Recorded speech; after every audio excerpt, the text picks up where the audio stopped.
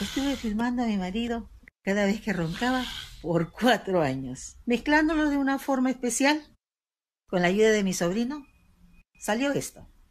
Espero lo disfrute.